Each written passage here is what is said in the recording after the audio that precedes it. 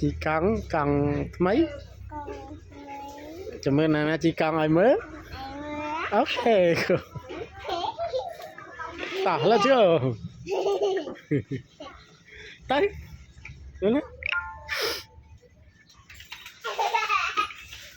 chị mà vinh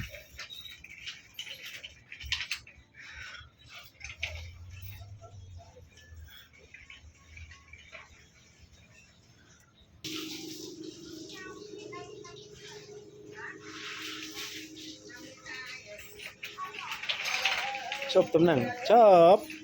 ok chụp xua một đao tiết chụp xua ông bố mình vlog nhâm chụp tấm năng ơi xong chụp riếp lia lên đáy không xong chụp riếp lia chụp kia này vlog trái tiệt ok bye bye